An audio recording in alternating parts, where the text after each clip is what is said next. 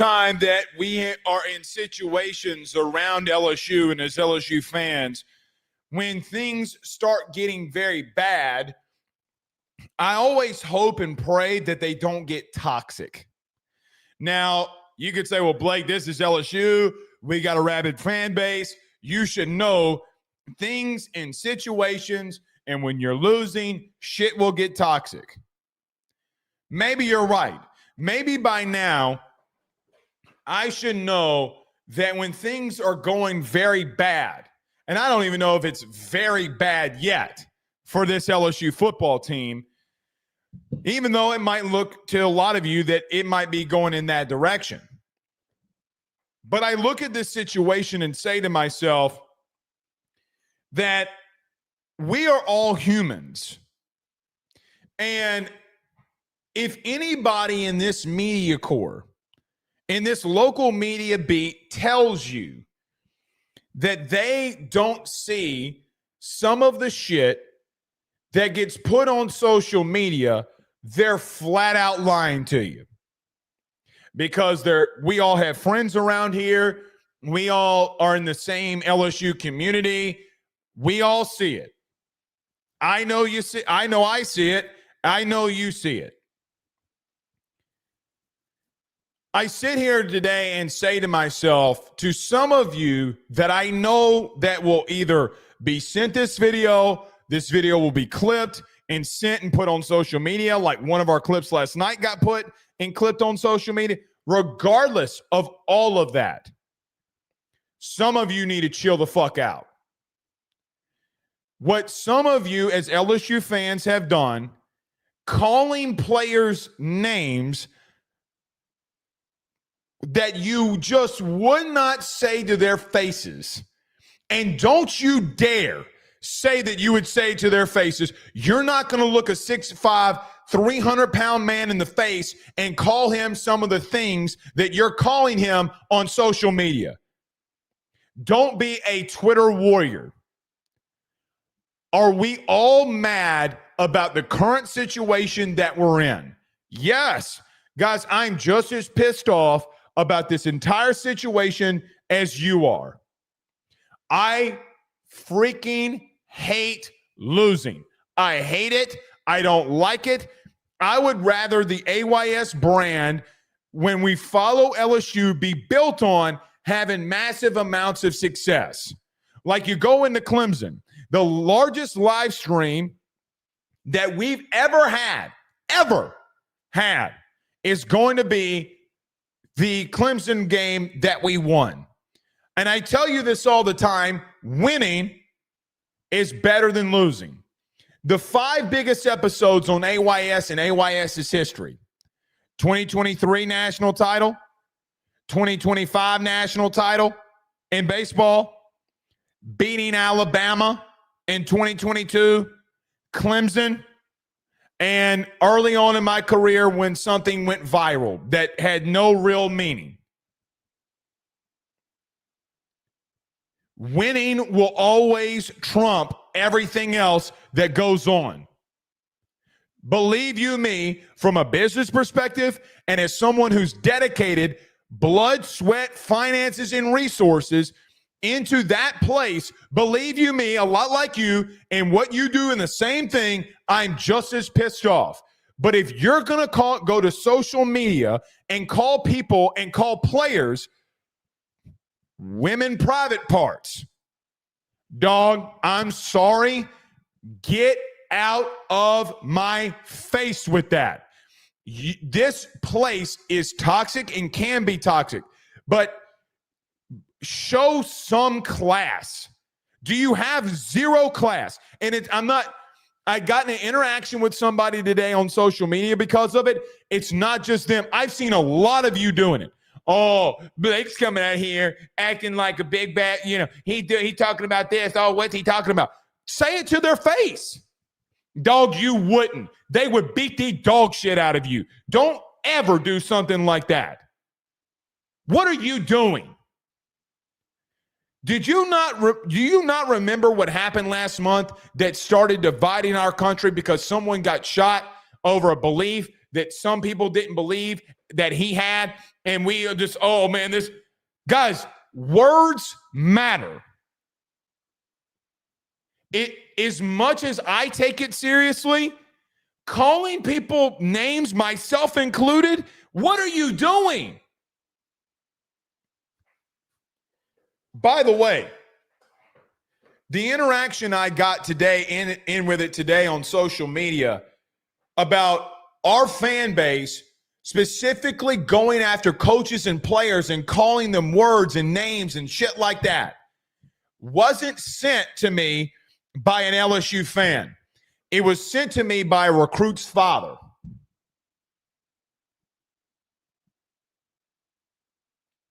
Bro, this shit's getting insane, isn't it? Was exactly what he said. So then I got involved. It got sent to me on from a prospect's father who you were trying to get to play at your university. Words have meaning. And you know what's funny about all of that?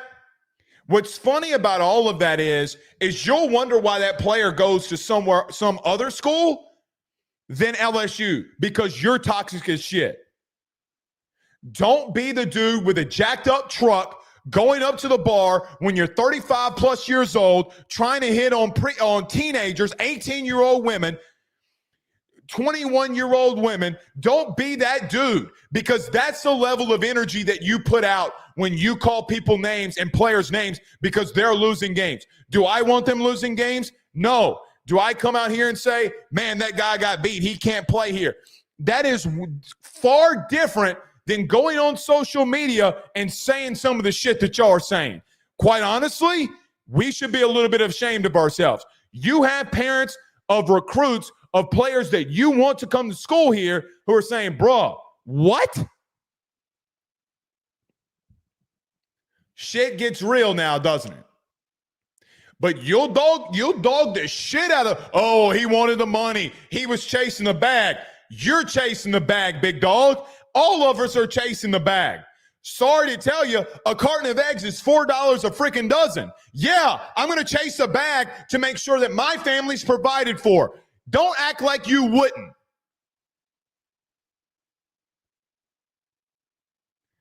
I'm coming out here to say it better stop. Because we have a massive platform that the good Lord has blessed us with, and I will start putting every one of you on blast. Stop. If you want to take your anger out on somebody, take it out on me, because I don't give a shit. I come in my chat and call me all the names that you want. But you keep going to social media and being as toxic as you are, nothing gets accomplished. Nevertheless, we're live. Every episode and every AYS Sports Show is brought to you by our good friends over at FanDuel. Download the FanDuel Sportsbook app today. Go over to FanDuel when you download that app. You want parlays, you want futures, whatever you want to do, you can get it over at FanDuel. I do a $1 20-leg parlay every week to see if it hits, because I like to go over there and have a little fun. You got the discretionary income, want to place a couple bets on college football. You think LSU is going to be able to overcome that 3-point spread against Texas A&M. You can do that, and you can do it with our good friends over at FanDuel Sportsbook. All I will say is this. I am glad and honored to be sponsored with a great sportsbook, and our good friends at FanDuel take care of us, and we're glad and humbled to be partners with them. Go to FanDuel.com for more. If you want to place those bets, and if you got any thoughts, questions, or concerns, go over to FanDuel.com/RG for more details. All right, let's get moving here. We don't have a lot of time to waste. We'll do a Texas A&M deep dive here, and we will have Carter Bryant joining us in just a moment as well. Rob says, Blake, that's what I love about high school girls. I get older and they stay the same age. All right. Just joking there. Come on, Rob. Come on, man. I don't think you could say that on YouTube. Can't do it. Billy, the kid, says, Blake. Yes. I mean, yes. What do you need me for? Matthew says, exactly, Kick. So what did Kick say? He says, I think social media is the reason for people feel confident in saying stuff they wouldn't say in person. 1,000%. Guys, I've told you this story very quickly. Went to the Tennessee series, okay, last year for baseball. Went to Omaha. Me and Chris Phillips are sitting there watching the game. No big deal. Tyler Alexander was right there with us. We're standing there. Guy walks up to me. No big deal. Hey, man, can I get a selfie? Okay, cool. Sitting right there in front of them. No big deal. No big deal at all. We get a selfie. I was like, hey, man, what's your Twitter? And he won't tell me. And I'm like, hey, man, what's your Twitter at? So he won't tell me. Well, finally, after just talking to him, he gives it to me. All of this shit that he had said to me personally on Twitter was all kinds of crazy shit. All kinds of crazy shit. So, no, they won't say it to your face. The dude was like 5'7", by the way. No, they won't. They won't. But, I mean, come on. Craig Granger says, believe Texas A&M is going to feel what it means to play in Death Valley. Craig, I hope that you're 1,000% correct on that one. Pegasus says that's why you put quotes on it. Yeah, you got to put quotes on it, Rob. I mean, I love you, Rob. I love you to death. I do. But, man, people, guys, Rob's just joking. Rob's just joking. Come on now. All right, last one. We got to get rolling here. Billy, that kid, says, Blake, you're the best. Just wanted to let you know I love you, Takes, brother. Listening in from the 662. Glad that you're in here with us. Where is everybody listening to us from tonight? Where are you listening from? Are you in the 225, the 985, the 504, the 337, the 318, or are you just not, you out of the state? You're from here, but you live somewhere else now. Where are you watching from tonight? All right, let me get rolling. We got lots that we need to discuss here. Everyone does us a favor. Hit the like and share. Share to all those groups if you're on social media and all those social media pages. You're watching us, listening to us on YouTube. Like, subscribe, notification bell, wherever you listen to podcasts. Rate, review, and subscribe. Let me talk about our good friend Tyler Alexander over at LPT Realty. Guys, you need to get over to our good friend Tyler Alexander over at LPT Realty. Everything that our good buddy Tyler is doing over the last couple of weeks and last couple of months has been absolutely stellar in the real estate scope, in the real estate world. If you're looking to buy a home, if you're looking to sell a home in Baton Rouge or the greater Denham Springs area, give my good friend Tyler Alexander with Darren James and Associates and brokered by LPT Realty a call today. Your local real estate expert who is ranked in the top 3%, guys, the top 3% of realtors inside the state of Louisiana is our good friend and our good buddy Tyler over at LPT Realty.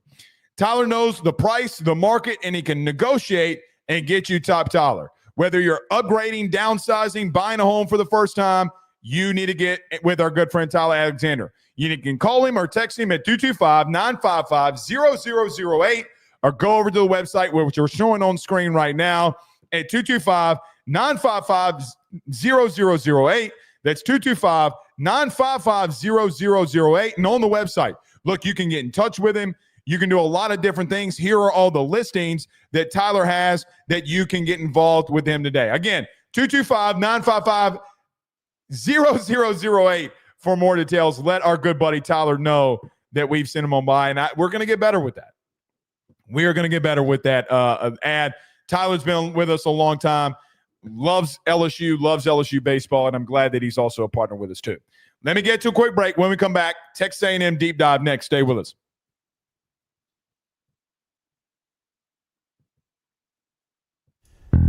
He will sell your house and find you a new. Well, Tyler's the man, he's here for you. If you want to buy or sell, well, it's not too late. Dial 955-0008. Just call 955-0008.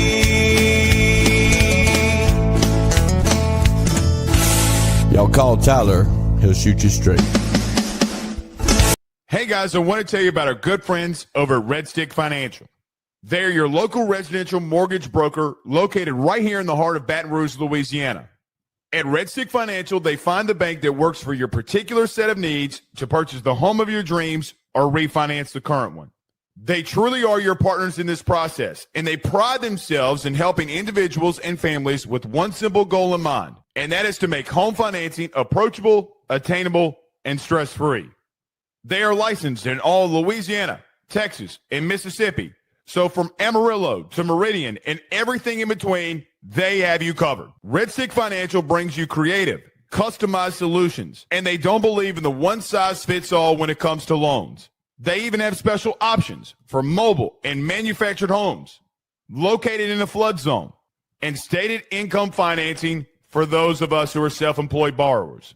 If you or someone you know is looking to buy a home, refinance an existing mortgage, or simply want to know what options are out there for your future, give Red Stick Financial a call today at 225-407-9250. That's 225-407-9250. Or check them out online at redstickfinancial.com. That's redstickfinancial.com. Before you purchase the home of your dreams or you go and do that refinance, you need to go local. Go Red Stick. We're back. All right. Let's get moving here.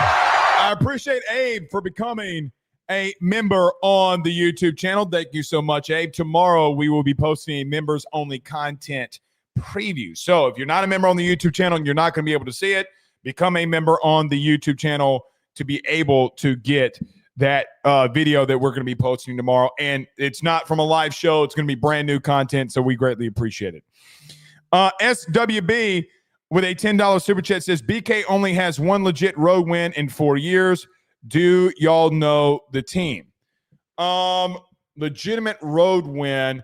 Would it be Missouri, who was 10-2? I mean, Missouri was a 10-2 team in 2023. I mean, that's the first one that comes to mind. I'm trying to think of some others. SWB, is it Missouri in 2023? I mean, that's the first one to me that comes to mind. Blake Baker was a DC, Jaden Daniels ran all over Missouri that day, and you were able to take down Missouri. That's who I think it is that you're talking about. I really don't know. All right, let's get moving here. Everyone does us a favor and hit the like and share. So it's Tuesday. You know what that is. We do a deep dive on Texas A&M. Guys, without a doubt and without question, this Texas A&M team that you are facing off against this upcoming Saturday, in my humble opinion, is by far, and I don't think remotely close, and I don't necessarily always like using that verbiage, but I don't think it's really close that I shouldn't just use that verbiage, but regardless, I think the best team that you've played so far this year will be this upcoming Saturday when you face off against Texas A&M. Look, on the offensive side of the ball, when I look at Texas A&M, the team that's going to be coming into Death Valley, from what we've seen from them so far, have there been games like teams with Auburn and some other games that they've played where offensively they've struggled to score points a little bit? Yes, there's been those situations. But majority of the time, they have been, in my humble opinion, the most explosive offense that we have seen and might likely face all year. The wide receiver room with Terry Bussey, who you lost out to Texas A&M, Mario Craver, Concepcion, and the tight ends that they will utilize in their passing game is by far the best unit that you've seen all year. They have been absolutely stellar. Guys, this Texas A&M team is 14th in the country in explosive plays. And there have been multiples that have been called back for penalties, like the 3 that they had against, or 2 that they had against Notre Dame, the 3 that they had against Arkansas literally a week ago. This team has massive explosiveness at the wide receiver position. When I look at them, I see 2 wide receivers that clearly are going to be playing on Sundays, and you are in a situation where you got multiple corners that will be tested with a lot of speed, and Mansour Delane and DJ Pickett and PJ Woodland. And I don't know if this week that you're going to be able to keep Harold Perkins on the field, throughout the entirety of the game. That's neither here nor there, and we'll talk about that more tomorrow, and we'll talk about that on Thursday a lot. Because Marcel Reed has taken a step here. Marcel Reed has taken a leap. He's taken a step from the passing game. And I think the biggest question that all of us have asked moving forward when you look at A&M was, how was Marcel Reed going to develop and be better in the passing game? And I think that he's taken strides. Now, there are massive amounts of times that he's been inconsistent. Yes. Is he actually one of the worst quarterbacks in the SEC at converting an accuracy rate on third down? Yes. The Notre Dame game has a lot to do with that, and if you take it out, it's not that bad. But he did play that game, and that's something that could happen. But the explosiveness of him forcing the ball and throwing the ball down the field to Concepcion and Craver has kept them in a situation where offensively they are the most explosive team that you've played. The accuracy that he's shown in throwing the ball down the field has arguably been some of the best in the SEC, if not the entire country, and that has really sparked them moving forward. But you can see the big weapons. You can see Concepcion, you can see Mario Craver, and all the things that they are doing and be like, damn, because it's been very impressive. But to me, the most impressive thing that they've done this season is when teams back out of the box, when teams start playing a lot more coverage, they're able to just line it up and run it right at you and punch you in the mouth with not only just two really physical running backs in Owens and even Smith getting involved, and a kid that was from Baton Rouge Le'Veon Moss, who's also a part of that unit. They have a three-headed monster at running back that they will throw at you on Saturday night, that if it's a weather condition, big weather condition, they will just line it up and run it right at you and say, is there anything that you can do about it? Without a doubt, there's no shadow of the imagination. This is the most complete team you've faced all year. This is the most complete offense that you faced all year. I think that this is the most physical offensive line that you're going to face. I think that their interior offensive line play has been borderline in moments and times elite. I think that their tackle play, all while a little suspect, has gotten a little better. And Marcel Reed and his escapability has kept them when there have been situations where the blocking up front hasn't been great. They have taken the style and the mentality of their head coach of being a tough, physical football team that now has a lot of explosiveness out wide.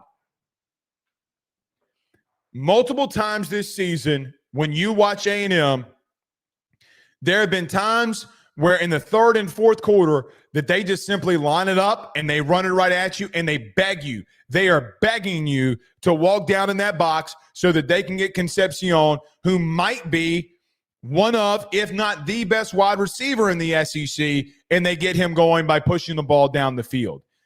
They do everything well. Everything. I think that this is the best play caller, whether it be, I say best play caller, Lane is still involved there. I think that Colin Klein is the best OC not named Lane Kiffin that not only that you've seen this year, that you will see for the remainder of the year. He does an exceptional and elite job at being able and feeling out the game and attacking your biggest weaknesses. So when I look at this A&M offense versus this LSU defense, everything worries me. Can you contain Marcel Reed when he gets outside the pocket? Can you contain him when they're running simple zone reads? Can you stop a physical rushing attack with a very physical interior offensive line? Do you have the speed and explosiveness to be able to stop two very fast wide receivers on the outside in Concepcion and Craver? And if you start taking them away, here comes their tight ends, and here comes Terry Bussey. To be able to contain them, you're going to have to be on your best. Blake, this is Texas A&M.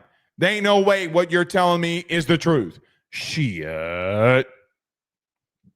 Top 17 in total offense is Texas A&M. They're top 25 in scoring. They're averaging 36 points a game. That's with the Auburn game. Now, Auburn was able to contain them, but Auburn defensively is really freaking special. And their best player defensively right now was on your roster a season ago in Xavier Atkins. This team is good. They're ninth in the country, tied for ninth in the country in red zone. In the red zone, by the way, of the 24 times that Texas A&M has gotten into the red zone, 21 of them have been touchdowns. So you want to look at, hey, what do they do the best? They're very explosive out wide. They're very physical along their offensive line. I don't know if there's anything that they don't do well other than one thing. This Texas A&M team, when they have been forced in third down situations, has been abysmal. A&M with Marcel Reed, if you force him to make throws and make reads on third down, has not been great at all. He's second to last in the SEC in third down accuracy rate per PFF. They are 72nd in the country and only converting on third down offensively 39.6% of the time. Can you get them in third and long situations? Can you stop and contain their run game? Can you contain a quarterback that can run on you? Now, you did against Sellers. You had no idea how to stop Diego Pavia. Does Harold Perkins play fundamentally sound football this week, or does he play me ball this week? Which one is it? Is Whit Weeks back? Because, guys, they're going to run jet sweeps. They're going to get Concepcion involved in the run game. They are going to do some of the same shit without the triple option stuff that you saw last week. Concepcion took a jet sweep for 20 yards last week. Now, I'm pretty sure he got called back for a holding against Arkansas, but he took multiple jet sweeps and hit the corner, and there was nothing Arkansas, who's very bad defensively, can do about it. Guys, this offense terrifies me. I think that you have to be on your P's and Q's and be able to pray to God that you can man up on the outside and say, man, we just got to take him away and try to make Marcel Reed's life a living hell. I don't know if you can do it, quite frankly. After what I've seen from Ole Miss and after what I've seen from Vanderbilt, I don't know. Now, that same South Carolina game plays in my mind. South Carolina is the worst, statistically speaking, the worst offense in the SEC. So maybe it was them and not you. They are physical and explosive. Everything that you look for in offense, quite frankly, A&M can do to you. This is arguably the biggest test. Now, I say it's the biggest test in the Blake Baker LSU tenure, but it's going to be up there.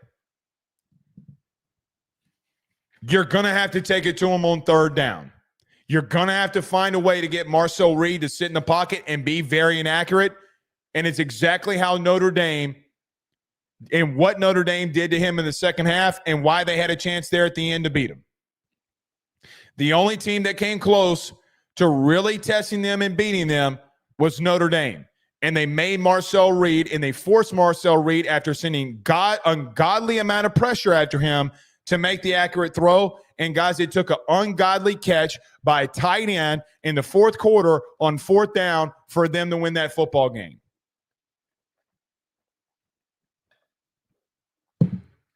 I don't know if you can beat them.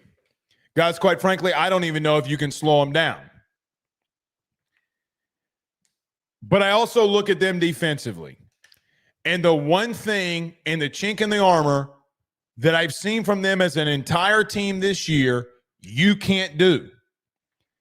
We're going to talk to Carter in just a moment. Taylen Green last week versus Texas A&M had 12 carries for 185 yards and 2 touchdowns. He got sacked 4 times. If you want to take the actual net rushing yards that Taylen Green had last week versus Texas A&M, he had 8 carries for 122 yards and 2 touchdowns. Garrett Nussmeier might not be able to get 2 yards rushing, much less 100 yards rushing. The biggest weakness for A&M that I have seen in everything that I've watched from them, you don't do. I do question this week if you don't give Michael Van Buren a look and say, Nuss, we love you, but if we might have to go shot for shot, and this Texas A&M team has a massive flaw. They don't stay in their rush lanes. They don't stay in their pass lanes well. They will get out of leverage. They will get out of scheme. They will not play fundamentally sound in moments and times defensively. Their secondary has been very up and down throughout the season. Scoring defense, they're 62nd in the country because their secondary continues to blow coverages and they stay out of their rush lanes. The one weakness in the chink in the armor that they've shown throughout the season, whether it be C.J. Carr doing it, whether it be Taylon Green doing it, whether it was moments and times in a dogfight that Auburn got into it with Texas A&M, that Jackson Arnold did it, you can't. You can't. I know what you're going to hear me say just now. What you probably just heard me say is Blake just called for Garrett Nussmeier to be benched. And what I would tell you is either Garrett Nussmeier is going to have to start stepping up in the pocket and take some rush lanes and start running the football, which has been their biggest weakness, or you move to somebody else. I'm going to ask Carter this. Again, Taylon Green, 8 carries, 122 net rushing yards, and 2 touchdowns. It's their biggest weakness. Defensively, it's been their biggest weakness. I think Joe Sloan's in a lot of trouble this week, though.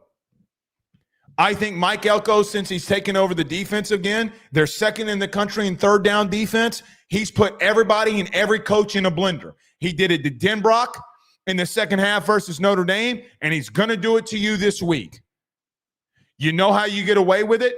Exactly what Taylon Green did. Uh-oh, you're not in your rush lane? See ya. Oh, you rushed past me? You gave me a lane to run the football? Bye-bye. Like Lil Wayne once said, like the wave pool at Blue Bayou, and I wave full as I blew by you. See ya. The biggest weakness that they have is not being able to contain quarterbacks that will run. So either number 18 is going to have to tie up his shoelaces and skedaddle and say, see ya, or you're going to have to make a move. I don't know if you can beat him without your quarterback doing some of the things that the other quarterbacks did. You're not going to throw it on him and beat him. You're not going to be able to line it up and beat him. I think Michael Van Buren could give you a chance to win this one. They won't do it. There's no way, before I get to Carter here, there's 0% chance that you've watched any game of Texas A&M and said to yourself that they have been fundamentally sound defensively while rushing the passer. There's no way. You know how I know? Because quarterbacks are running all over them. And the statistics in the film point it out. They won't do it. But I don't know if they don't need to take a look at it. All right. Let's move on here. Carter Bryant joins us next. Stay with us. Hey, Southwest Louisiana. Are you ready to gear up for your next outdoor adventure or tackle that next big job on the farm? Then head on over to Henderson Tractors, Boats, and Power Sports. At Henderson and Lake Charles, they've got everything you need under one massive 30,000 square foot indoor showroom. Kubota tractors and mowers to power through the toughest tasks.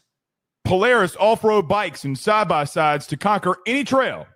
And tracker boats with brands like Ranger, Nitro, Sun Tracker, and Regency pontoons for a day out on the water. Whether you're a farmer or a hunter or just someone who loves the great outdoors, Henderson has what you need to get the job done and have fun while doing it. Browse their new and used inventory over at their website, hendersonimplement.com. That's hendersonimplement.com.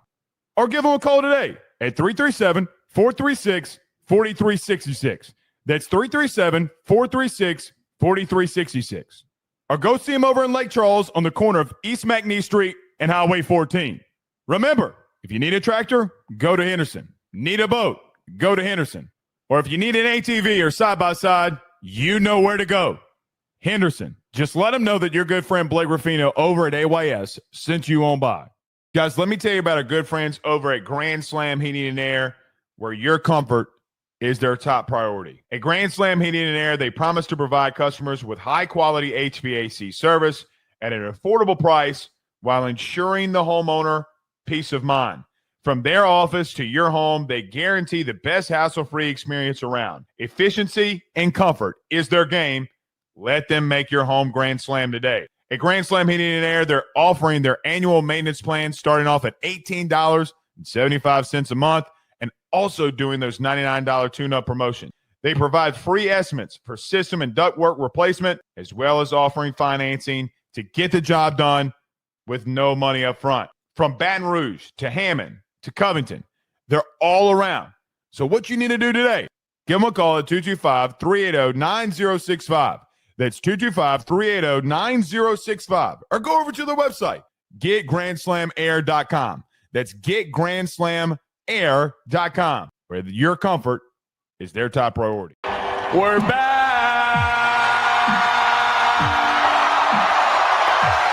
Good evening, good sir. How are you? Yeah, I know why you had me on here. Okay. Why? To give you the boldest prediction in the history of AYS. Okay, hit me with it. The Pelicans are hoisting the Larry O'Brien, baby. Lock it in. Ha, ha, ha. No, I'm kidding. Let's talk some LSU football. Let's go. I could care less about the NBA. No, you gotta, dude. You used to be Mr. Pell. We were not. No, I didn't. I used to really follow it when LeBron was in Miami. I don't really follow it like that No, anymore. I've talked Pells with you before. It was like years ago. Yeah, but- you know what we talked about? Zion getting in a situation with a porn star. That's what we talked about. What was the girl's name? I know the name, but if I say the name, then people are gonna be like, "Well, I know what Carter does in his spare time." Well, what's her name? What's her name? It's I don't want people to search God it. bless it. What's her name? Mariah Mills. Mariah Mills. Okay, thicker than that's cold what we peanut talked. butter. Thicker than cold peanut butter. Mariah Mills. It was pretty obscene. It was like, that's just too much. That's too much to handle. What man would want that much? Man, never mind. We're going down the way. My maturity level's gonna kick in here. But now to segue though, that's one thing I like about Texas A&M. This is a thick team up front. Albert Regis, DJ Hicks, whose father is a longtime friend of mine. They're good. They're good in the trenches. They're always good in the trenches. They had two guys go pretty early in the draft last year. So, look, this is a really, really, really good defense. And I heard you talking about the pass rush lane integrity issues. Yeah, some of those QB runs by Taylor Green last year were. Last week? I mean, last week were. This guy is playing like Jaden Daniels in some aspect. Yeah, the long run down the left sideline is ridiculous, but right. It doesn't happen if Cassius Howe stays in his rush lane. Yeah, and some of the other ones were a little bit more, hey, that's on you as a defense. So you are right that there are rush lanes available on this defensive front, but man, Torian York is my kind of guy, man. He is my kind of guy, a guy. Great player. It just does not have elite measurables, but man, his football IQ is off the charts, and he gets them lined up in the right spot. And then obviously, offensively, Marcel Reed is dangerous. You know. Remember when I was on your show last year and said I would take Marcel Reed over a lot of the quarterbacks that were in the SEC and people? No, it was one of your better calls. You said you would take Marcel Reed over Connor Wigman, as well. So, look, said I'd take Marcel Reed over our starting quarterback and got a lot of hate mail. How's that looking? It looks good right now. But I would also say that Marcel Reed's operation and supporting cast is so much better. And look, the zone read does open up a lot of stuff. The QB run game does open up a lot of stuff. And Colin Klein has a good shot of being a head coach somewhere. He also has a job. He also has a chance to win the Broyles Award. True. So this is a good offensive line. Obviously, we recruited Chase Pasantis and missed out on that. That was a big one, looking back at it. And then obviously Concepcion, Bethel Roman, and then Craver. They're great. They're just great football players. So you look at Ruben Owens last week. He was phenomenal. Le'Veon Moss injury situation, no problem. They had the deepest running back room going into the season. And then E.J. Smith comes in and then starts killing Arkansas too. And it's like there's a three-headed monster. It doesn't matter. I guess I just ask you, where does LSU beat them? Yeah, the thing about it is, Blake, a lot of the things that Vanderbilt does well, A&M does well, except they have better players doing it. Right. I mean, Pavia, I still think is better than Reed, but it's somewhat close. See, you're still not a Pavia guy. You're still not a Marcel Reed can actually throw the football. I'll take Pavia over Reed. I would. No, you wouldn't. I would. I'm telling you, I would. No, you wouldn't. But this is arguably the best wide receiver room outside of Alabama in the SEC, and their tight ends are good. They block well. They do what they're asked to do. 87's a good, crafty player for them as well. And this offensive line's good. I mean, Cam Dewberry is a good player for Alabama. Couldn't crack it at A&M. So this is an extremely talented offense. Night game, Tiger Stadium, back-to-back SEC road games. Who knows what can happen? Well, where do they beat them though? So I asked the same question, like where do they beat them? Well, for one, I don't know if they've seen someone like Trades Green. They have played good tight ends. Obviously, the Notre Dame tight end, number 9, whose name slips my mind, is a really good player. Jones for Arkansas, 88, who we'll see in a few weeks, is a good player. But Trades is just a different animal. Garrett did take a step in the right direction this last week, but at the same time, like I said with you on my show Sunday night, after the rewatch, it was a little tougher for me. And you pulled way too many RPOs. I mean, it's basically what we talked about on Sunday. He made wrong decisions. Yeah, and there were a few deep balls. You would like to eventually see just a deeper ADOT throw get completed for a touchdown. Like just something along I don't even want it for a touchdown. I just want it completed. Right. So I am of the belief that we will see hopefully one of these hit versus Texas A&M. It's just, do you have enough time to do it? Now there are instances where A&M has been beat over the top. You can beat their guys to the outside if there is a weakness on this team. But look, I think LSU's going to come out motivated, and I think they're going to come out and do the dang thing. Let's go, Tigers. Come on. This is the ultimate backs against the wall type of situation where LSU could say, look, I'm tired of all this shit talking. I'm tired of hearing Blake and Carter talk about how bad everything is. Come on out. Saturday night, Death Valley might be a little wet. That's okay. Put your ponchos on and let's go. I don't think you can score enough. That's fair. I just don't. I don't know if you can score enough. And I mean, Carter, listen. I just have more faith in what they can do to you than what you can do to them. Yeah. And I got to be real with you. We're about to pull the Band-Aid off here. I don't think Garrett can lead you to beating them. He's going to have the best game as a decision maker that he's had. I agree with you. They make mistakes in the back end of their secondary. Their safety play has 1,000% blown coverages, and they haven't given help when they need to give help. You need to be able to throw to the boundary. But Carter, I got to be real with you. He can beat you in one way, meaning Garrett. They got to start taking decisions away from him. With all due respect, what was some of the best plays that were run on Saturday that you remember? Like, I think the 2-point play was exceptional. True. And then You know why? Well, it's you throw it here or anything type of play. When you're giving him, and I've talked about this for years now, when you're giving him multiple decisions, it's not working. One thing I would say in Garrett's favor in this game, dealing with the left tackle regression, was something, right? So I give him a lot of credit in that area. It does not excuse the left tackle position is going to be the left tackle position. He can't keep pulling the ball because, Carter, here's where I start pushing back. Everybody's talking about the offensive line. I get it.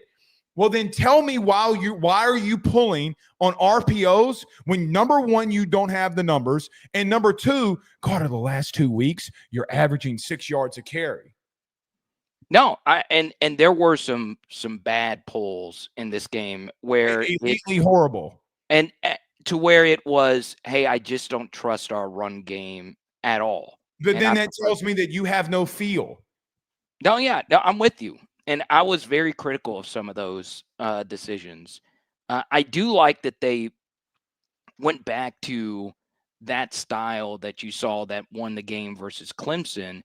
But I'm with you. There were some really tough pull read decisions, especially early in the game, that hurt. And then, look, Joe Sloan, as much as you want to criticize him, as much as I want to criticize him, yet he's still far behind the other SEC play callers, including the one that you're going up against on Saturday. And I don't know about you. I don't think Colin Klein would be, to me, a top 5 play caller in the SEC. So that just lets you know how far behind. I think he is. Let's go. I was going to let you list them. Okay, Grubb, Lane, name the others. Petrino. Fair. And then I would say Heupel. And then, always Josh. And then I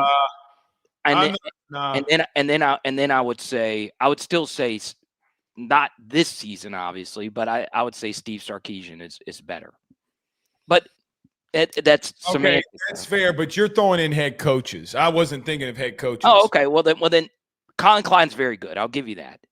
The truth is, overarching, we are behind when it comes to overall offensive coaching, even outside of the offensive coordinator position.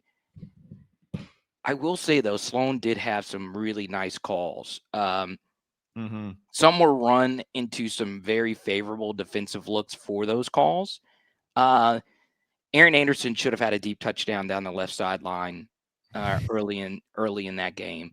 But Garrett slipped and panicked and checked it down. So look, it's tough because there were some extra yards to be had, and we just missed them. It's just we thought that the offensive performance was light years better than what it probably was because you didn't have any turnovers, which is a good thing, right?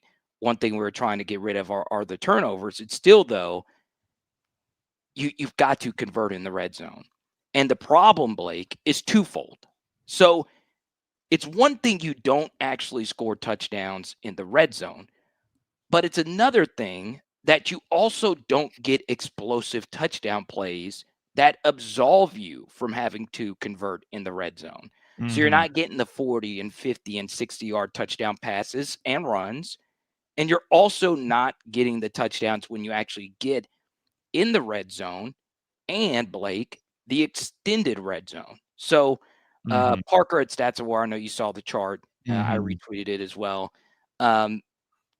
LSU, for a quality drive team, which is the amount of drives that you actually have per game, they've actually been fine when it comes to quality drives.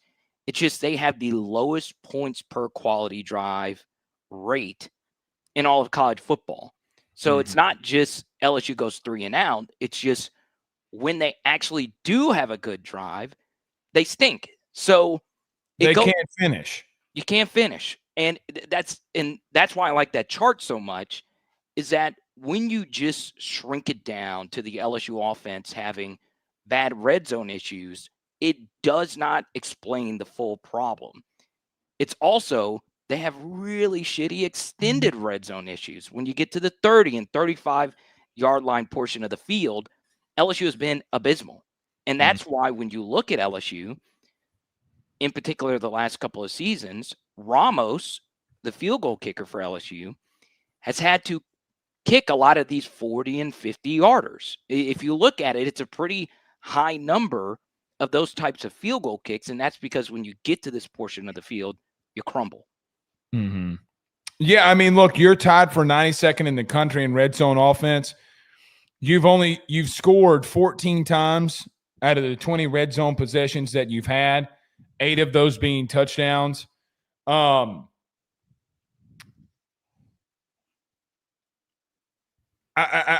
mean, listen, I don't think you can score enough. Rain, sleet, snow, sunshine, and I think offensive moves from a coaching perspective comes if you don't. Yeah, I think I'm talking about relatively quickly. I mean, this is abysmal, and I got to be real with you. I would love to see what Joe Sloan does without Garrett being the decision maker. So you're foot I'm on there. the gas. Yeah, I'm there. Because what else are you going to do? I mean, your 2 touchdowns were broken plays last week. Let's call it what it is. Let's call it what it is. You have a fake screen left that gets blown up. Trey Dayes makes a ridiculous catch. It's a great job by Garrett to stay in there, but it's a long touchdown. Then the Xavier Thomas scramble, gutsy play by Garrett to sit in there and throw the ball to him to check it down, but then Xavier makes a play. What do you do outside? What else do you do outside of that? Yeah, so the Trey Dayes throw was amazing, but on the second one, to your point, it was mostly Xavier, and there were other throws. Ain't no mostly. He broke 2 tackles and broke it down the side. It is him. So I just asked the question, like, okay, is Michael Van Buren not ready? Do you not trust him? I get all of that. What worse could happen? Like if Garrett's having problems mentally and he's not seeing it, he's not ready, then I mean, pulling him, what's it going to do? I don't know what else. What else do you want to do? Because if you're going to fire your OC and you're going to fire your offensive line coach, why not give it a chance? Well, you get into that R word, which is the colored T-shirt that I'm wearing right now. Is there some of that? He ain't trying to red shirt. He ain't trying to red shirt. I don't want to hear it. Well, if that's not holding it back, then I'm open to it. I am. But I will say I think Garrett, the way he played last week, is enough for him to get the start versus A&M and see how it goes. Oh, I'm fair with that. But again, you might not be able to score enough. There's 2 teams in the country that haven't scored 25 points against a P4 opponent offensively. You and North Carolina. Oh, it's sad. And I'll go one step further. You look at a lot of the red zone issues and how a lot of these really good red zone offenses operate. A lot of it is the QB run game. It's just that simple. I mean, like it's like, for instance, my favorite red zone offense is Georgia, and a lot of it is Gunnar Stockton doing stuff with his legs, getting him out of trouble, and then also some of it is my guy Mike Bobo. We left him out of the play caller conversation a minute ago. Mike, you're not a Bobo guy? No, I like Mike Bobo. I actually run his offense. If I had a style, it would be his. Okay, good. I'm glad. Don't mention that to actual. Don't mention that to actual Georgia fans. The Georgia fans. No, they're cool on him. I think they do not like his guts. That I have learned that on TikTok this week. So nuts. It's weird. It's the weirdest thing to me. It's like. I don't get it. I understand he's not Lane or anyone like that. I've never said that, but it's like he's good. I don't. He scored 43 points twice in the last couple of weeks. Yes, and then I do a breakdown, and it's like, well, this is the first good Bobo game in forever. I was like, well, then what the hell was Tennessee last year? What the hell was some of the? It makes no sense. But anyway, to your point, the QB run game in the red zone is big. It's big, and if you even look at some of the pocket quarterbacks, guys you would consider to be pocket quarterbacks, look no further than the guy behind your head. Joe Burrow was an amazing red zone runner. Do you even consider him a true? When I think no, of but I don't but the perception of him is that. Yeah, and the perception's not the reality because he'll run your ass plumb over. Right. I'm with you there. Look, either they don't think he can Van Buren can get prepared. He's not ready. He wants to red shirt, whatever. I mean, I simply don't know, but I want to see it because I don't think things are going to change. Before I get you out of here, I want to ask you: can this defense slow the A&M down at all to give you a chance to win? Yeah. But I look. This has gotten me into a hole that I don't know if I can dig myself out of, Mr. Blake Ruffino. Okay. You've had some takes that you just got to kind of dig your heels in, and that angers a lot of people. But I do think one of the wildest defensive coaching decisions I've seen was playing Harold Perkins from start to finish versus Ole Miss. Watching that tape, and even with the Whit Weeks injury, you basically do the same thing versus Vanderbilt. And Vanderbilt's like, okay, yeah, let's roll with this. And it's a massive problem. It doesn't really take a whole lot of defensive football knowledge. I'm not Monty Kiffin or anyone like that. Let me ask you this question and rudely interrupt you. No, go What do you want? Is it? But it's not the play call. It's the execution of the play call. Because they're running a bootleg left, and he's just breaking contain. He's playing me ball and not we ball. Yeah, there's that, but it's also with him being in that role, it changes how you actually have to call your coverages. And look, at the same time, even if that is the defense you want to run, there have been so many instances, even the South Carolina touchdown that was given up, where you have multiple members of the back seven running to go do one job, and it's opening up large pockets of space for guys to run through and guys to be wide open on. And some of those you excuse because the play call is really good. That tight end leak that Vanderbilt ran was really good. There's a lot of bust on plays like that. It's just, if you were to ask Blake Baker or Brian Kelly going into the Vanderbilt game, hey, what is one thing you want Vanderbilt to not do? It's Diego Pavia run unabated in the red zone for huge. But we're not talking about him powering through guys. We're talking about 5 to 10 yards. I can go to American Market and get me a Cajun turkey and then come back and run this bad boy in type of touchdowns. That's not what you want. And it's a problem. It's crazy to me. Do you think that Witt's absence, they didn't want to get him out of there because of that? I think that is a very convenient ass excuse, because if you watch the Ole Miss game, there was a lot of this as well. And Witt played in that game. So I can understand, hey, he's out. I don't want to use, a new player or change just too much up. But at the same time, you've got to do it, because the way that the defense has gotten beaten this year, Blake, it's not amazing feats by the opposing team's offense. It's simple pitch and catch. And look, you don't have to know defensive scheme to look at the touchdowns that the LSU defense actually has given up, in particular versus then the two games that you lost versus Ole Miss and Vanderbilt. A lot of those touchdowns and critical conversions are guys wide open. Yeah, that you're talking about the tight end leaks that Ole Miss ran on critical fourth downs. Yeah, that's on Perk. They attacked him. I mean, let's just be real. They attacked him. And here's the thing. He's got the green dot. It's he has that extra benefit as well.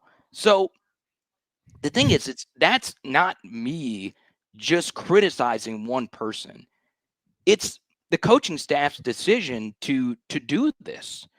And it perplexes me. It really, really, really does. And why it concerns me so much, Blake, is that it would make more sense if this were happening, if it were last year's defense where everybody's struggling. But Blake, AJ Halsey has been so unfreaking believably good for you. Yeah. And as good as he's been, Monster Delane's been even better than that. So we have these pieces that are playing at an unreal level. They are doing so many different things right. They've transferred in and completely changed so much of what our defense has done this year. And even with those two big pieces, we're giving up these huge, huge, huge gains with hardly any resistance. So we got to get our shit together, because if we make Marcel Reed actually work for the yards that he has to convert, then it could be a different story on the road in Tiger Stadium. Yeah, because he has shown the perplexity to be highly inaccurate on third down. I would put AJ Halsey in some situations at that star role and roll Deshaun Spears at free. I'm fine with that. I am. Yeah. And look, I think that AJ Halsey I love Perk to death, but I think that there's a just understanding of football IQ difference. And that's not a shot. I just think AJ Halsey's IQ is the biggest on the team, not named Mansour Delane. And I think he could, really benefit you there. Listen, the thing that worries me, I do think that you get some of the defensive tackles back from what we heard from Brian Kelly on Monday. I think that Bernard Gooden's back. I think Jamari Butler's back. Based off of what he just said in his press conference, I'm sure that they help you. But Carter, I got to be real with you. I think that they can hold on enough. The problem is that you're asking them to be lights out on every single play, and they're over pressing. One kind of overarching thing, though, Blake, as we lead into this A&M game, is that the optics of the game could drastically change a lot for LSU. So this is obviously a game that means a whole hell of a lot to Scott Woodward. All right. So he's obviously the AD at Texas. Well, and even with A&M not being his former school, just being blunt with you, I'm just going to be real. If you lose this game, all hell breaks loose. Yes. So, and by the way, you got to sit in it for 2 weeks until you go to Tuscaloosa and play the best QB in the country right now. Golly. So even though everything is like doom and gloom for LSU, there's a lot, because look, sports are always going to be a copycat league. Like it just is. Something works, people want to copy it. With Mike Elko, does this make more athletic directors say, hey, we need to get the guy out and just pay the money that we need to pay to get the head guy out and go get just someone else? Well, Mike Elko, that's what A&M decided to do. They said, look, we just need to pay up, get it out, go get Mike Elko, and they've turned it around. So there's a lot of optics mixed into this. And I will say, I do think, and you might disagree with this, Blake, this is just a wild guess. There's no way you can really gauge this. I do think we do get a good crowd for Tiger Stadium on Saturday night. Because look, I will tell you this: the amount many people selling their tickets. That could just be biased me hoping for the best. Because I think you're hoping for it. I've seen so many people selling them. I will tell you, dude. This blew my mind, and I told you this privately, and I'll say it publicly now. How many friends, family, viewers of you and myself said how dead Tiger Stadium was versus South Carolina even. Okay. So now they're checked out. Okay. Now, Blake, you have Texas A&M. It's going to be looks like it's a wet Saturday. Okay. My favorite kind of Saturday. You're telling me. But it's I don't mean to be Jim Cantori here, but it looks like the forecast. There might be some drippage. You if you're going, you better be loud. You better be loud. But it's the only thing that can help them. Well, look, what was the difference in the Florida game? That place was nuts. The place was so, you can hear it through the broadcast, so loud. Mm-hmm. And even though it wasn't as loud, it's more so South Carolina being bad. It was something, right? So I just hope the A&M crowd's okay, because it really does matter. It really, it matters. I mean, listen, Brian Kelly, Joe Sloan, Brad Davis, Garrett Nussmeier, Harold Perkins, Blake Baker, Scott Woodward. All of your backs and legacies are up against the wall. How do you respond? How do you respond to it? I mean, I asked this after the Ole Miss game. It's a clip that got 75,000 views. Garrett, BK, Sloan, how do you react to it? Let's go. But here's the thing. They didn't react to it the way that they needed to. You know how I know? You know how I know? Because you walked into Vandy and they beat your ass. That's how I know. Nasty. Yeah, it's an ass beating. I think that the coaching staff, I think the coordinators, I think the players, everything that you've been doing, you got to do more to be able to do what teams like A&M are doing. You can't show up. You can't show up at 10:30 a.m. to the building and think that you're going to have success. You can't. Maybe what you're doing's not the right way.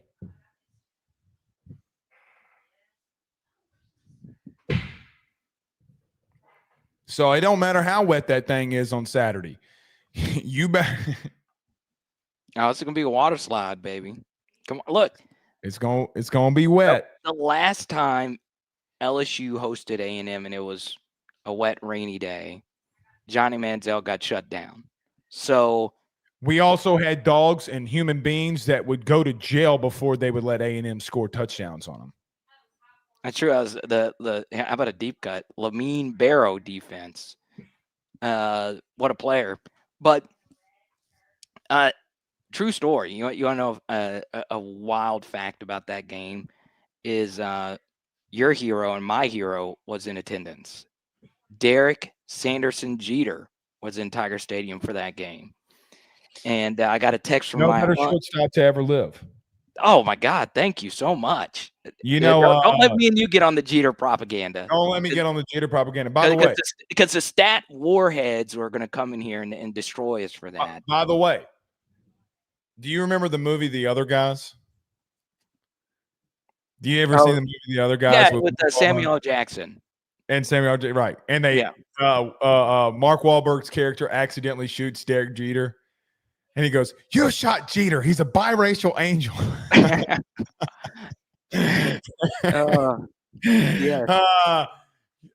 You shot me in the leg. I'm Derek Jeter. God.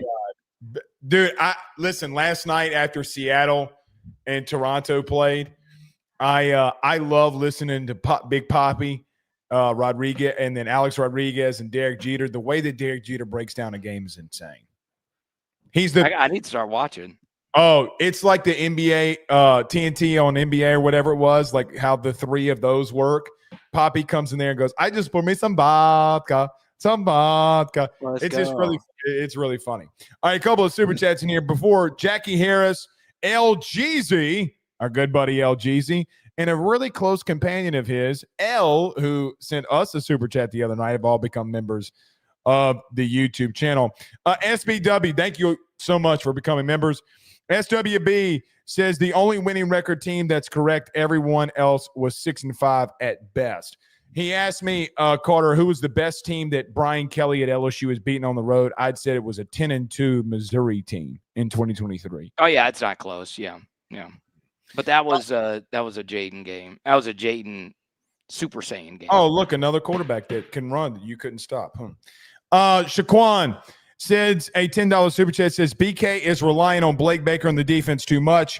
I'm not a coach or anything, but obviously some teams are going to get off on your defense. I just don't think our offense. Pause. I just don't think our offense can keep up in a shootout. I mean, Carter, I completely agree with that. No, yeah, there's nothing to add there. He's right. I mean, you don't Yeah, want. I Yeah, mean, I think last year's offense, sure, but not is the this one. play calling so bad where you shouldn't have a game where you haven't scored over 25 points? Uh, No, say it. No, because you can't miss Aaron, like you talked about. We talked about this on your show, the Barryon miss. yeah, and I will say, in defense of Garrett, as far as the 25 You got to or pay not. me $1,000 every time you say in defense of Garrett.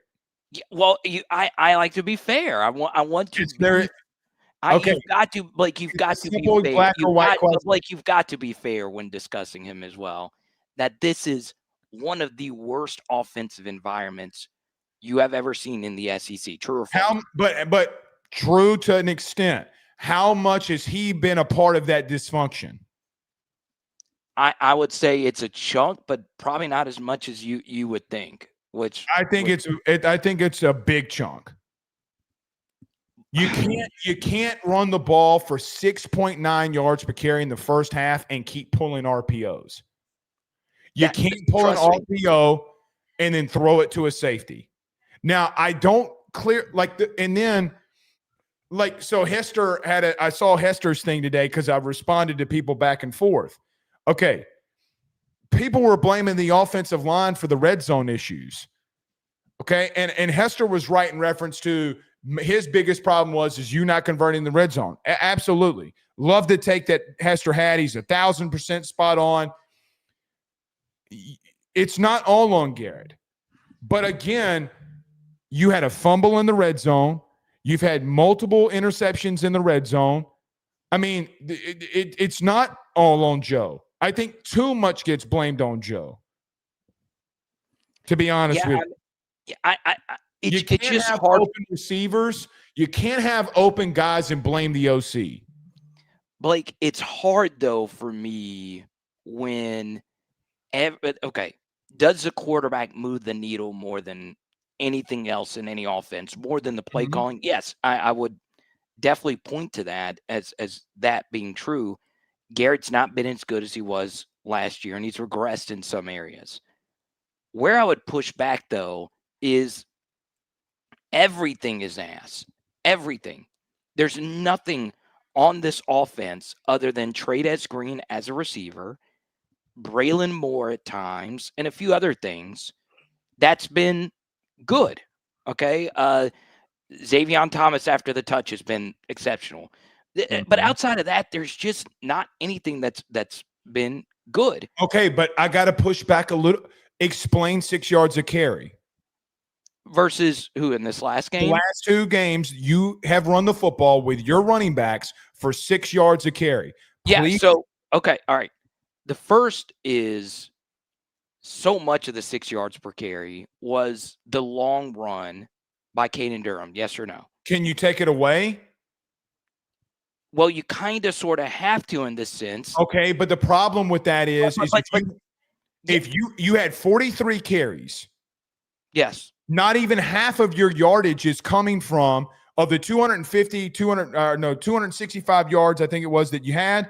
Not even close to half of that's the long runs. And that's with a 56-yard run by Jawan Johnson. I mean, Harlem Berry was having 6 yards of carry in the first quarter. He had 5 carries for 32 yards. Yes. And I do agree that some of it is the Garrett RPO pulls and stuff like that. But there were a lot of runs that went for nothing in that game. Absolutely nothing. But that's going to happen in the run game. Yeah. I hate to break it to everybody. There will be times that you line up and run the football that you get 0 yardage. Yes. And for LSU, that happens an uncomfortable amount of times. Uncomfortable. And I'm going to go back and see how many times you got no yardage, because 3 yards is 3 yards. Carter, with all due respect, I don't give 2 Rudy Poos how you're doing it. Long runs or not, maybe you got to stick with it when a true freshman 5-star running back is running for over 6 yards a carry. Yes, and some of those runs were great. Now, one of them, he slipped on his own feet, and then another. By the way, he didn't get a touch after that. And he should have got it. He should have got another one. I would not disagree with that at all. It's just, it's so much dysfunction and clunkiness where the problem with a lot of LSU's offensive plays is that a different guy is doing something diabolically bad for the play to not work. Okay, sometimes it's Garrett, sometimes it's a left tackle, sometimes it's a right tackle, sometimes it's a running back slipping on his own feet. Yeah, it's not all on him. It's yes, but that's where I sympathize some with Garrett, because it's even in all of that though. You're running the ball the last 2 weeks at 6 yards a carry.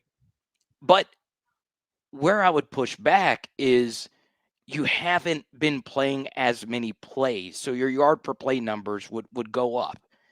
So LSU only ran. You're pulling it. That's the point. But the point, you're literally making the point. When you have a 3rd and 3 and you throw a RPO when you don't have numbers, that's on Garrett. I'm with you. It's just the quarterback is the biggest position on the field.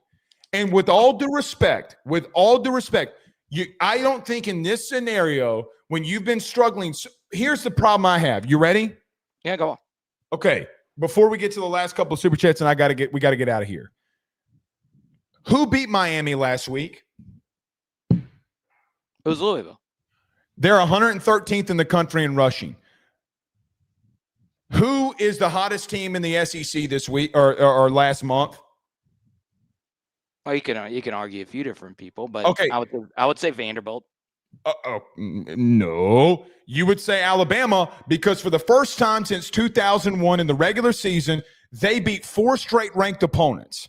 Oh, well, then, yeah, it'd be Alabama. Okay. They're 100. I thought you were saying of teams that we've played recently. Oh, no. I mean, last week, Miami got beat by Louisville. They literally have the same amount of rushing problems that you have along their offensive line. They have. The numbers bear it out. They're 113th in the country. Alabama can't run the ball. They're in triple digits in rushing. So everybody starts getting excuses around LSU when other teams are going on the road and knocking off either 4 straight top 10 or top 25 opponents, which is what Alabama did. And then Louisville goes in there and spanks that Miami Hurricane ass. Yeah, I give Louisville a lot of credit. They're spanking that ass. Chris Bell to the house. To the house. I get to the point where we keep making excuses while other teams who also have problems are constantly overcoming those problems.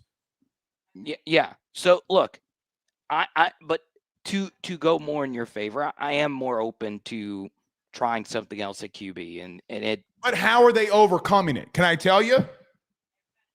Miller Moss is saying, I'm throwing the quickest route imaginable to the best player that I have. You know what else he's not doing? You know what Ty Simpson's not doing? He's playing inside the system, and he's the most prepared player on the field. No, he's insane. No, Ty Simpson's insane. He's insane. If you really sit down and watch, it is stupendous how good he's playing. Let me ask you this question. The quarters coverage when Chris Hilton ran the dig route on a critical 3rd down, Garrett's not even looking at the right safety. The one when they run quarters against Berryon. I mean, he's looking at the wrong safety. So I just sit here and say that every time that we get here with these excuses, I literally see teams that are triple digits in rushing, and they're winning. Let me ask you this. Well, actually, get to the other super chats because I do. Shaquan sends a $5 super chat. If we go into Athens last week, we don't put up anything close to the numbers Ole Miss did. We're supposed to be better than them. Yeah, right. Yeah, we're not better than Ole Miss. I mean, they beat us on the field. Yeah, I get what he's saying though. He's like, what would the results actually be if we were on the road in Athens, maybe compared? Oh, we get blown out. Yeah, we get blown out. Abe with a $5 super chat also became a member tonight. Thank you, Abe. Says, just don't have the dudes. Agree with Blake from yesterday on how we haven't recruited well. Fire staff, keep Frank, and he's shown the best development. Carter, I got to be real with you. I think they misevaluated in recruiting. Offensively, yeah, absolutely. Yeah, especially along their offensive line. I think You don't go and get to. You don't have one of the best 4 years from a star rating perspective from recruiting from the high school ranks, because really the only guy that transferred was Lance Hurd, right? Yeah. And then have to go get 2 guys from the portal. No. That's missing and lack of development. Yeah. Wait, where was that sideline shot on Abe's super chat? I'm curious, and because I'm about to get off here before he responds. Where is that? It looks like Florida State. It's a maroon end zone, as we could see. That's a shot right there. That's cool, Abe. But yeah, to your point, it's Do we play a maroon? No, we don't play it artificial turf. No. Yeah. But yeah, offensive line recruiting is tougher. But God, the one thing, and you and I agree on quite a bit. We disagree on one thing, or a lot of things. But LSU not getting a transfer portal running back still baffles me. It still baffles me, because you look at the SEC right now. I mean, where would Missouri be without Hardy? Where would Mississippi Eli State Drinkwitz has been the GOAT of running backs in the portal from transferring. You do realize that he has not had a running back from the portal that's not been top 3 in rushing in the last 3 years, whether it's Noel, whether it's Hardy, or whether Cody Schrader. Cody Schrader. Yeah, Cody Schrader was a beast. And then you take Eli Drinkwitz as your head coach? Oh yeah. But I hope he never leaves Missouri, because he makes the Missouri-Arkansas rivalry so good, because he hates Arkansas. He's gone. Oh, you think he's going to greener pastures after this year? I think he's going to greener pastures, either this year or next year. But where would he go? Where would he? Oh, no, I'm curious. Oh, it's Texas State. Okay. Yeah, you go to Arkansas. Just kidding. No. He would burn. He would go in there so he can go in the building and burn it down. That's how much he hates Arkansas. Do you think the offensive staff changes are made on Sunday?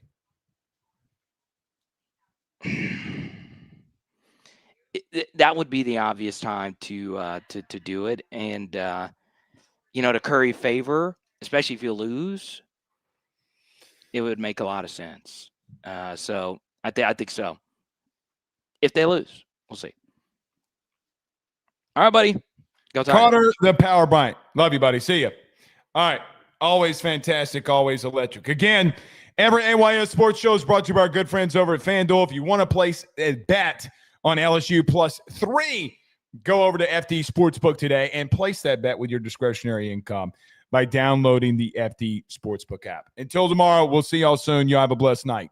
Peace.